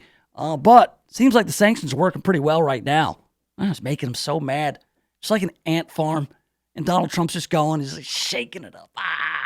Yeah, and they're like, All right. Coming back, we're going to talk more about the debate week, the debate coverage. We've also got the news crews coming up. Keep it right here. This is The Nation of Jake.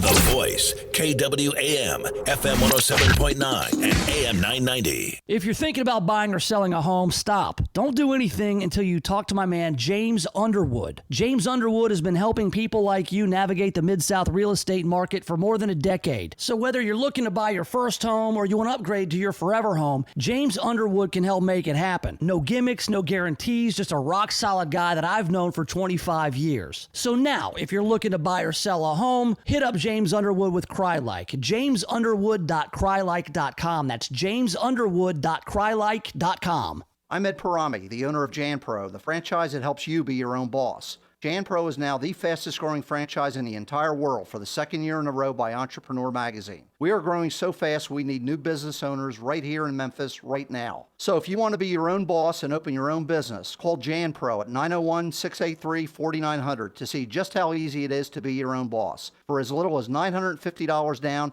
you can be a part of JanPro. Don't waste another minute. Call 901-683-4900. The special event florist for the Mid-South is Lynn Doyle Flowers. They are famous for creating incredible floral arrangements and are available to fill even your last-minute needs. From the simple to the magnificent, their staff can create unique arrangements for your special occasion. Flowers always bring a smile, make someone's day, and for fast, convenient delivery, call Lynn Doyle Flowers today at 901-323-4521 or visit their beautiful new location at 6225 Old Poplar Pike. Appella is a nonprofit organization that is committed to the promotion of independence among their clients. Many seniors are not ready or do not need to move to an assisted living facility, but they need some help to continue living in their own homes. Appella's team of care specialists provide assistance with daily tasks that become difficult as our bodies age. Appella is locally operated and serves the North Mississippi area. Call them today at 662-429-3652 or visit appella.org. If you're thinking about retirement, you've got to know it's all about income. Your money making money. The Retirement Income Doctor wants to teach you how it's done. Give us a call and we'll send you a free animated video kit. 848-2-INCOME. 848-2-INCOME. And tune us in, the Retirement Income Doctor, Saturday mornings at 10. Call now for your free income kit. 848-2-INCOME. 848-2-INCOME. Meriton provides services for seniors focused on making them feel independent and improving their quality of life, whether that's through work opportunities or being able to age in their own home. Meriton offers programs such as in-home care, including meal prep, household chores, home health with skilled nursing and therapy services, and employment for low-income seniors through job training and a paid part-time placement program. Call them today at 901-766-0600. Meriton, well-being, independence, quality, and compassion. Miracles are happening in genetic testing and disease screening. As they say, knowledge is power, and Momentum Community Care offers you a chance to get early detection of cancers you may be genetically inclined to, and help develop a preventative treatment plan if needed. It's called CGX and PGX screening. The best news is that it's fully covered by Original Medicare Part B and most insurances. Call Jason Abbott at Momentum Community Care now for more information at 901-218-4425.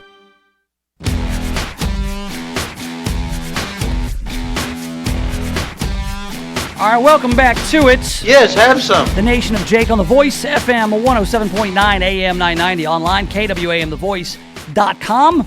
Streaming live on YouTube, the YouTube channel, Nation of Jake. Also, catch up with me on Facebook, Nation of Jake, and on Twitter, at Nation of Jake on Twitter. It's very important you put the at on there to get in touch with me. All right, so tomorrow, it'll be the first of two nights for this Democratic presidential debate. 10 candidates on Wednesday, 10 candidates on Thursday, and then there's no championship or anything like that. This is the first opportunity to showcase all these candidates. Unprecedented number for a Democrat primary. And so I don't know how they're going to split them up. I don't have the divisions in front of me. Now, when you've got this many candidates on a stage, it's going to be difficult to pull it off. But NBC is doing it. There's 5 moderators over the 2 nights. Lester Holt and Rachel Maddow. Savannah Guthrie, I believe, is in there. A guy from Univision. And then Chuck Todd from Meet the Press. They'll be the moderators.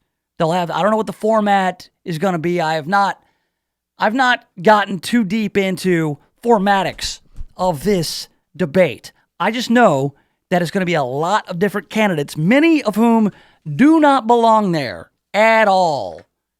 They set the bar too low. They said if you had 65,000 donors, even if all those 65,000 donors donated a penny, you could still get on the debate stage. So you've got people like Andrew Yang, people like Marianne Williamson on the debate stage. Hell, only 4 didn't make it. And that was because one of the guys, just announced yesterday, Joe Seastack from Pennsylvania, former Representative Joe Seastack. So now there are 24 presidential candidates, 20 of which will be debating. Now, just with a 2-night event with 20 candidates alone, that could make for a disaster.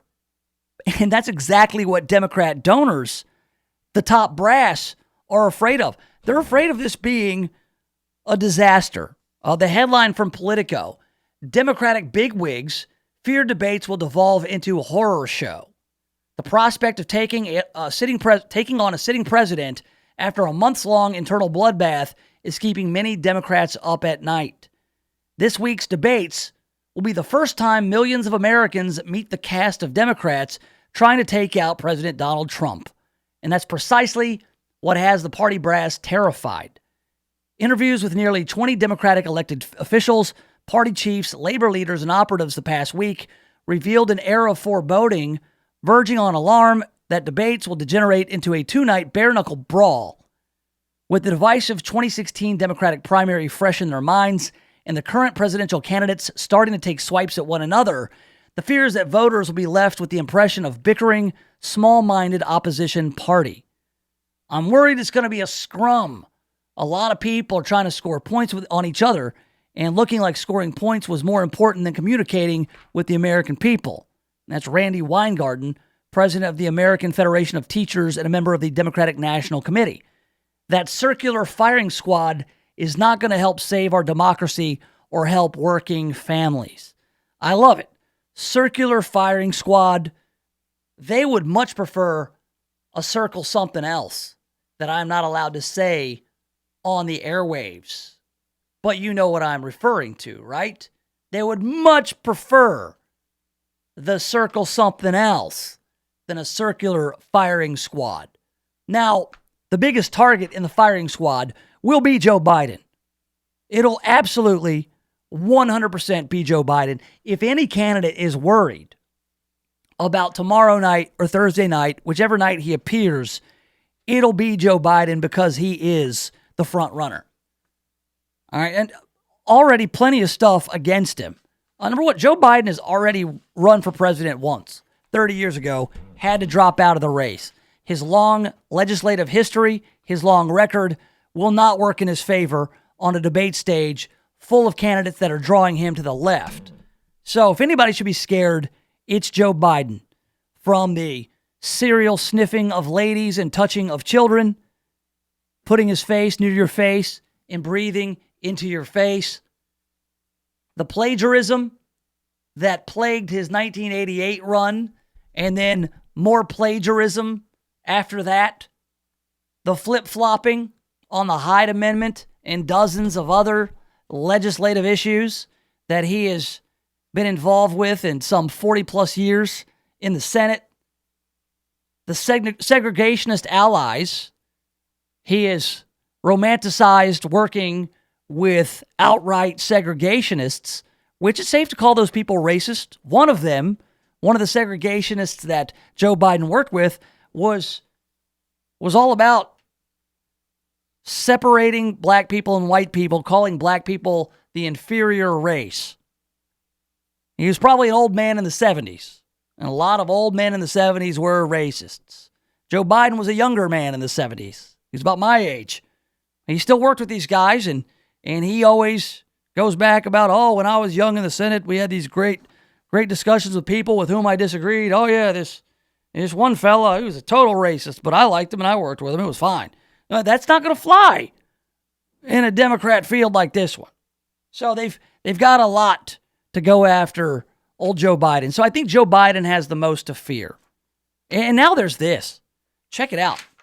Joe Biden is contractually obligated to receive angel hair pomodoro at every paid speech.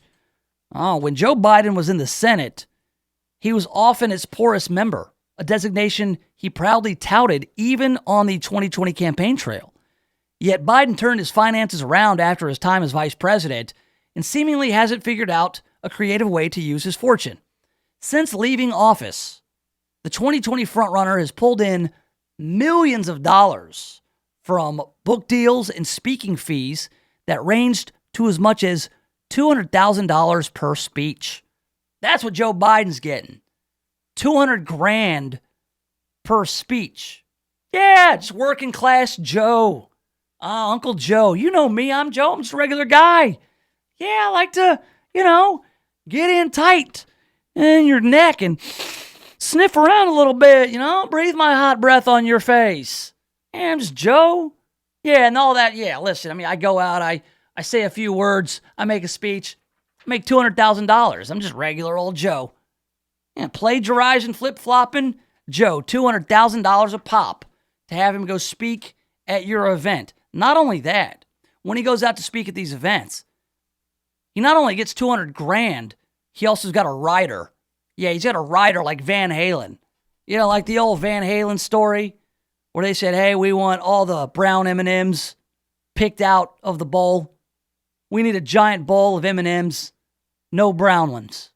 And that's what Joe Biden has going on. Biden has maintained one very major demand at every one of his speaking events.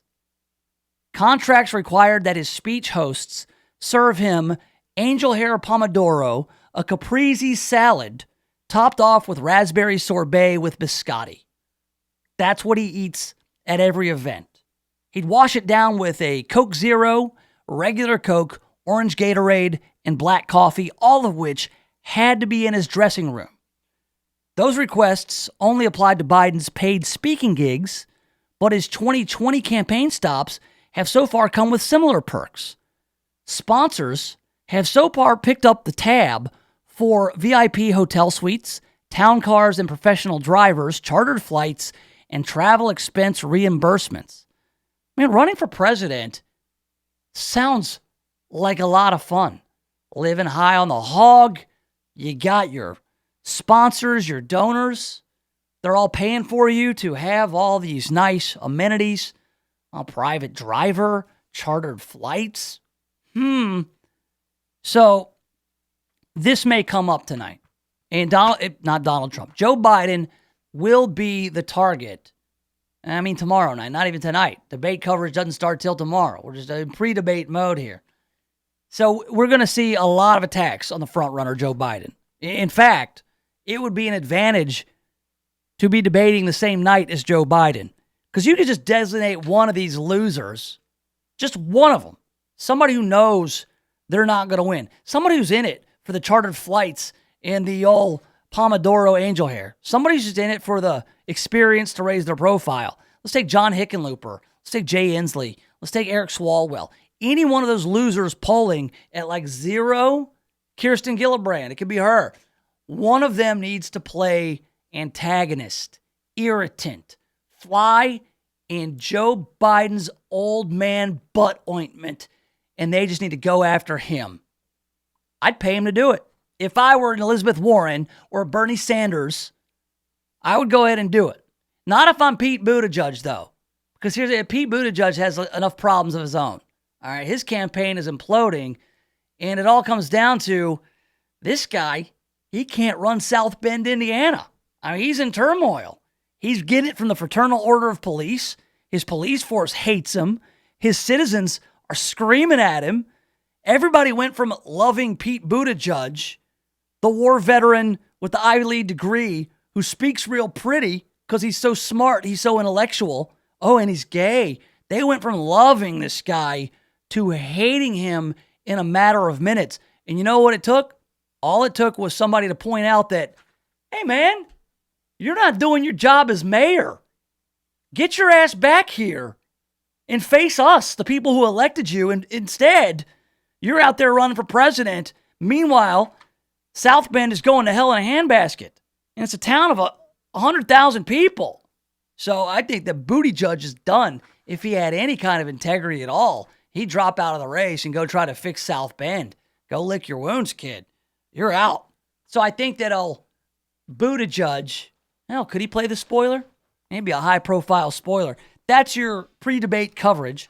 The whole clown show, I would call it something else, but I'm bound by FCC guidelines. The whole show starts tomorrow, 2-night event, an orange bracket and a purple bracket for the old debates. But yeah, the Democrat donors, they're real worried, the Democrat brass, the DNC, that is going to devolve into that circular firing squad. I'm counting on it. I cannot wait. Cannot wait to just witness the train wreck. I might even DVR it, watch it twice. All right, coming up, we've got all the local and national headlines. We'll get caught up. A leisurely look at those headlines on the news cruise. That's coming up next right here in the Nation of Jake. The Voice, KWAM, FM 107.9 and AM 990. CBS News Update. House Democrats hope to pass a $4.5 billion funding bill for addressing humanitarian issues at the border with Mexico. Texas Democrat Valerie Escobar. We have to meet our obligation as human beings and fund the needs for the care of these children. CBS's Nancy Cordes. This is an appropriations bill, by which she means that there is money that is about to run out to take care of unaccompanied minors, in particular, who are in custody at the border and are being, in her words, treated inhumanely. The bill, as is, likely would not clear the Senate, and the president has threatened to veto anyway. Louisiana Republican Steve Scalise. Why didn't Speaker Pelosi bring this bill up weeks ago?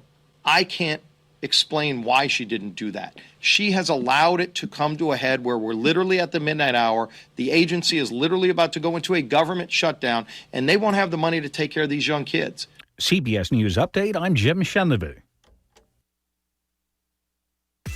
ATC Fitness would like to announce their new partnership with Silver Sneakers. That's right, ATC Fitness now accepts Silver Sneakers members. ATC Fitness is your local, family-owned 24-hour gym. Get started on the right track with their easy-to-follow instructions and demonstrations. Remember, if you are a Silver Sneakers member, come to any ATC Fitness throughout the Mid-South.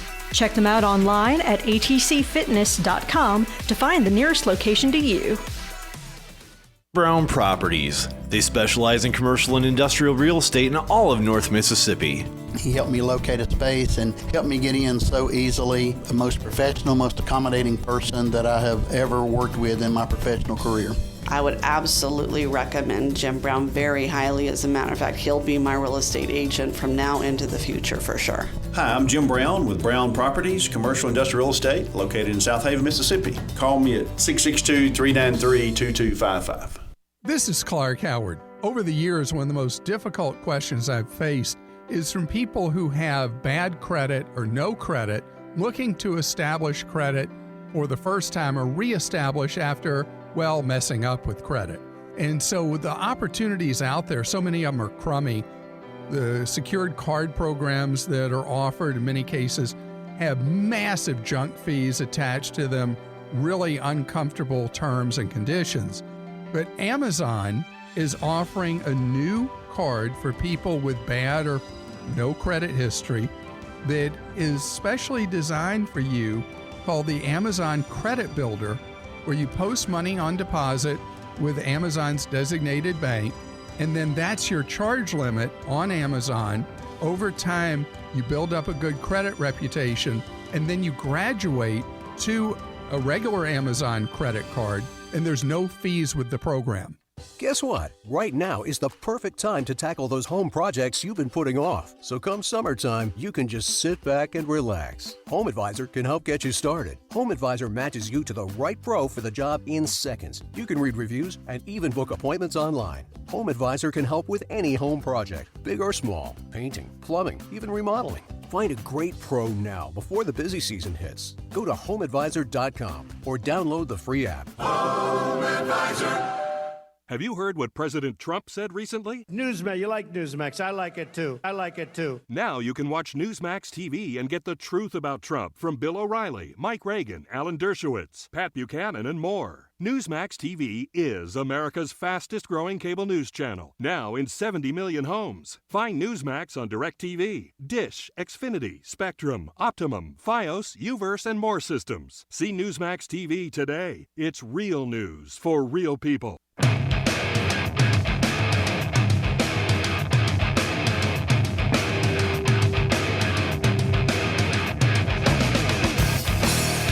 All right, welcome back to it. Yes, have some. The Nation of Jake is on The Voice, FM 107.9, AM 990. That's two ways to listen. A third way would be on YouTube. We got the YouTube channel set up. Very easy to find. Just go to YouTube or the YouTube app and look up Nation of Jake. No spaces. Run that all together. And then you can catch up with me on the Facebook page. That's a good way to get in contact. You got some hate mail, love letters. I'm good with either. Actually, I got some hate mail that says, hey, why aren't you streaming the show live on Facebook anymore? And I said, well, because Facebook always kicks me off. It's just not a good platform for streaming. So just go to the YouTube channel, okay? And then also, if you want to holler at me something about the show, you can always do that on Twitter at Nation of Jake. We like to jump on the news cruise this time each day, get a leisurely look at the headlines. It's brought to you by our friends at Just Windows Home Services. News. Exciting and new. Come aboard. We're expecting you. The News Cruise. Full of exciting news. The News Cruise. So relax and kick off your shoes. All right, welcome aboard the News Cruise, brought to you by Just Windows Home Services. Those guys can definitely clean your windows upstairs and down, inside and out, but they offer a lot of other home services maybe you didn't associate with Just Windows. They can do pressure washing, patio, pool deck, walkways, the siding on your house. Just get it all cleaned off. 2,000 PSI. Oh, that'll clean anything. Steve can do it for you. Also, cleaning out your gutters. It's very important. A lot of people just don't even know how to clean out their gutters or why it's important. Here's why. Number one, keep the water away from the foundation of your house. And this time of year, keep the mosquitoes from breeding and giving you West Nile. Yeah, it's one of the things that Shelby County Health Department urges you to do is make sure you clean gutters and downspouts to cut down on mosquitoes breeding. Don't do it yourself. Let Just Windows Home Services help. You can call them 751-3934. That's 751-3934. They'll give you a free estimate. You tell them the Nation of Jake sent you, and you get 20% off that free estimate. So, justwindowsmemphis.com. All right, and the news crews will be a little less leisurely than usual because we don't have as much time as usual. But we do have some news from the Shelby County Commission. They've got a budget. All right, and so just to top line you on the budget, the tax rate stays the same. That's usually when I just kind of check out and say, okay, no tax increase. That's a good thing. They kept it at $4.05. Of that $4.05, $1.96 goes to the education fund, $1.47 to the general fund, and 62 cents to debt service. Funding was added for MATA. They made their largest investment in pre-K.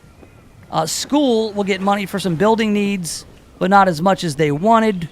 Some money will go to phonics and coding programs in Shelby County schools. A community grant program. They give a raise to employees, public safety, and all other employees. New voting machines. We've talked about that here. A swimming facility veto. What is this all about? We'll get into that in a little bit. But here's the issue. They decided not to raise taxes, but they did dip into the emergency fund, the savings. They dipped in about $6.3 million. So they're not really operating within budget, are they, when you go to the old emergency fund? And so Mayor Lee Harris says, with some of the stuff on the horizon and no tax increase this year, maybe we're looking at a tax increase next year, which is not comforting to know, but we will cross that bridge when we get to it. Absent, though, I read that they earmarked $10 million over 3 years to help pay for the Tom Lee Park redevelopment, though, the redesign. See, for me, that's no good because that's supposed to be a privately funded project. All right, and we've talked about the $30 million now they're getting of public funds. City of Memphis, $10 million. State of Tennessee, $10 million. And now the Shelby County Commission has earmarked $10 million for it. That's not a privately funded project. You can't say it's a privately funded project with public money. That is an oxymoron. But we have a lot of oxymorons in our local government. It just seems like maybe instead of looking forward at raising taxes next year, you look forward at, not giving the Memphis River Parks Partnership $10 million. Maybe that could be something to look at. I don't like that at all.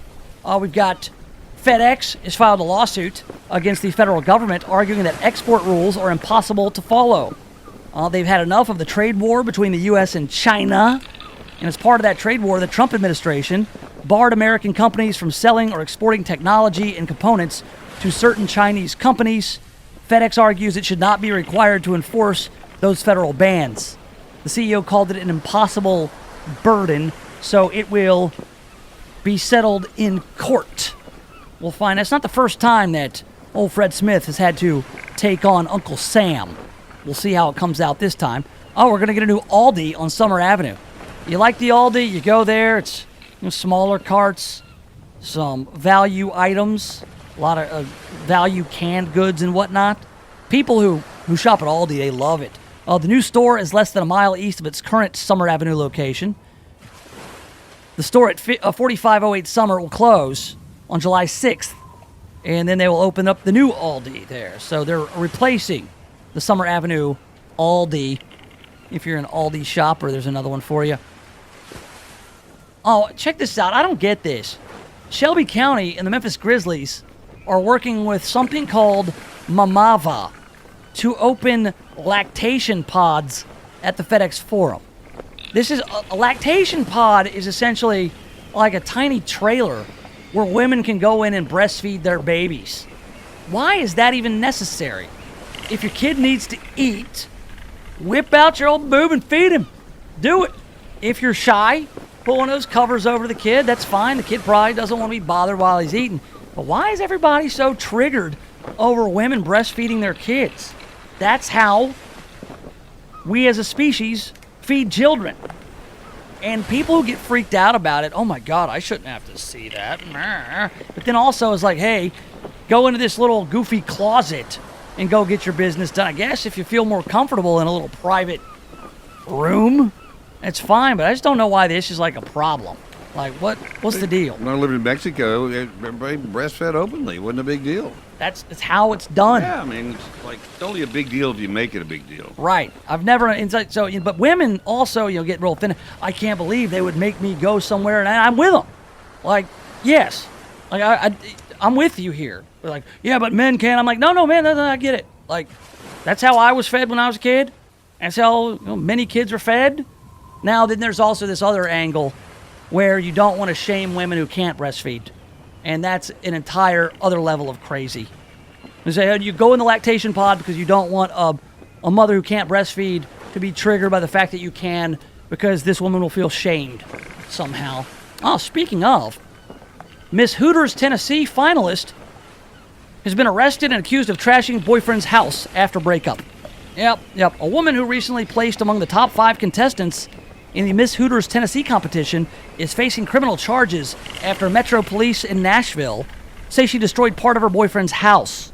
Madison Rogers, age 21, was arrested on charges of vandalism and aggravated burglary after police say she was caught on security video destroying a part of his Nashville home.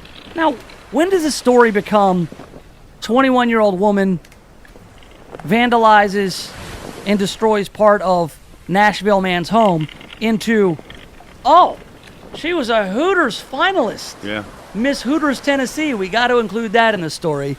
Very relevant. All it does is make me want to go look up the photos. That's it. But you know what? This woman, Miss Hooters, Tennessee, a finalist, she should be able to breastfeed wherever she wants, even at Hooters. Now, is this the one that trashed her boyfriend's apartment when he broke up with her? Yes. Yeah, he broke up with her, and she went all crazy ex-girlfriend. She kicked open his door and then went nutty and started trashing his... Listen, if you are a finalist in Miss Hooters, Tennessee, you can go find another boyfriend. You know where you should go? Hooters. A lot of guys like to go to Hooters, a lot of desperate men who will get with ya and take your picture. All right, that's enough of the news cruise for today. We're going to wrap things up, get you set up for the Earl Farrell program. We'll do it next right here in the Nation of Jake. The Voice, KWAM, FM 107.9 and AM 990. KWAM, The Voice salutes our seniors all month long. Baby boomers are hitting retirement with vitality and vigor that's redefining how senior communities are designed and health care is administered. Estimates show that by 2050, there'll be 83.7 million people 65 and older. On average, seniors are the most affluent demographic in America, with seniors having 5 times the net worth of the average American. Today's seniors are redefining aging. They'll play games remotely with their grandkids or read the news on their iPads. In America, seniors use more internet than any other age group. KWAM salutes our seniors. Brought to you by Memphis Jewish Home and Rehab, near Forest Hill Irene and Walnut Grove in Cordova. 901-758-0036. Providence Assisted Living in Senatobia. Quality senior living in a caring environment. Call 662-562-9229. When's the last time you looked at the windows in your house? Not through the windows, but at the windows. Really looked at them. There's dirt, streaks, buildup, smudges, fingerprints, paw prints, spider webs, dead bugs, those little white speckles. I have no idea what they are, and who knows what else. Now, cleaning all the windows in your house makes a big difference, but it's also a big job. That's why you need Just Windows Home Services. Just Windows has been taking the pain out of window cleaning since 1992. Just Windows cleans all types of windows, storm windows, screens, skylights, interior, exterior, upstairs and down. Now, I know I told you the company is called Just Windows Home Services, but they do a lot more. Roof and gutter cleaning, pressure washing, mirrors, blinds, ceiling fans, light fixtures, chandeliers. Look, if you've got hard-to-reach areas of the house, then you need Just Windows Home Services. Call for a free estimate, 751-3934. That's 751-3934, or get them online at justwindowsmemphis.com. That's justwindowsmemphis.com. For expert service guaranteed, call 866-EXPERTS. That's the number that could save you up to 30% on your energy bills. Call today and Service Experts Heating and Air Conditioning will hook you up with an AC tune-up. Right now, save $20 on an AC tune-up. Service Experts Heating and Air Conditioning, your hometown Memphis tune-up pros. Call 866-EXPERTS. See website for license details.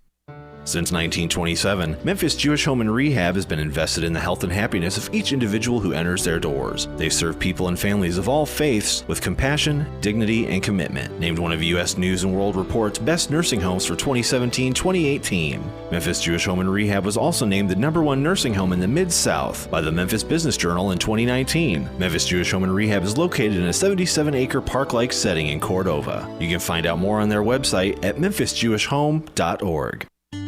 At Amish Excellence, they specialize in custom-crafted solid hardwood furniture. Their furniture is made in the USA by Amish craftsmen with deeply held beliefs in integrity of workmanship and concern for lasting beauty, built to last for generations. They'll love working with you in choosing the perfect design to create your unique furniture. Amish Excellence, 3601 South Houston Levee Road. Exquisite furniture, reasonably priced, remarkably superb, and uniquely yours.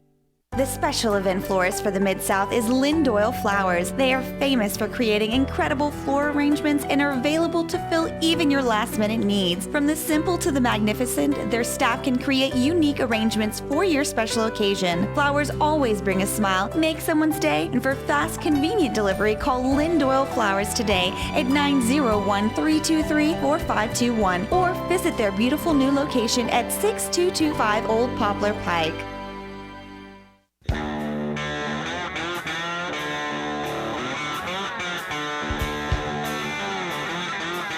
All right, welcome back. Yes, have some. You're less than 10 minutes away from the Earl Farrell program here on The Voice, FM 107.9 AM 990. Nation of Jake still has a minute and a half to go, so you're stuck with me for 90 seconds or thereabouts. What I like to do about this time in the program is start looking up some stories that are going to break later or tonight, or we can talk about tomorrow. You know, just get a head start. But I ran into this headline. This is insane. Man, I think that our whole world is becoming a Faces of Death video. This is a headline from CNN.com. A man accused of dismembering a Tinder date slashed his own throat during his murder trial. Good Lord! What kind of bloodthirsty freaks are these? And by the way, if you're on trial for murder, where do you get any kind of sharp weapon with which to slash your own throat during your murder trial? That is heinous, is what this is. But you know what? We've become more and more extreme. Back in the day, I remember, like those Faces of Death videos, you couldn't rent those. You had to, like, find those. Like some bad kid with homemade tattoos from another town was known to be the keeper of the Faces of Death videos. And so you would have, like, just a mishmash of weird videos of, like, maybe foreign cultures, people smashing up monkeys with hammers before eating their brains and stuff. There was one that I saw of a guy taking his own life after a murder trial, a famous one. That movie, the song Hey Man, Nice Shot, but Filter was about that guy. But now we're just seeing these videos everywhere. You can go to, like, Twitter feeds and see people getting hit by buses. What was that one guy who, like, drank a bunch of poison? Like, right in the middle of a trial. And that was pretty brutal.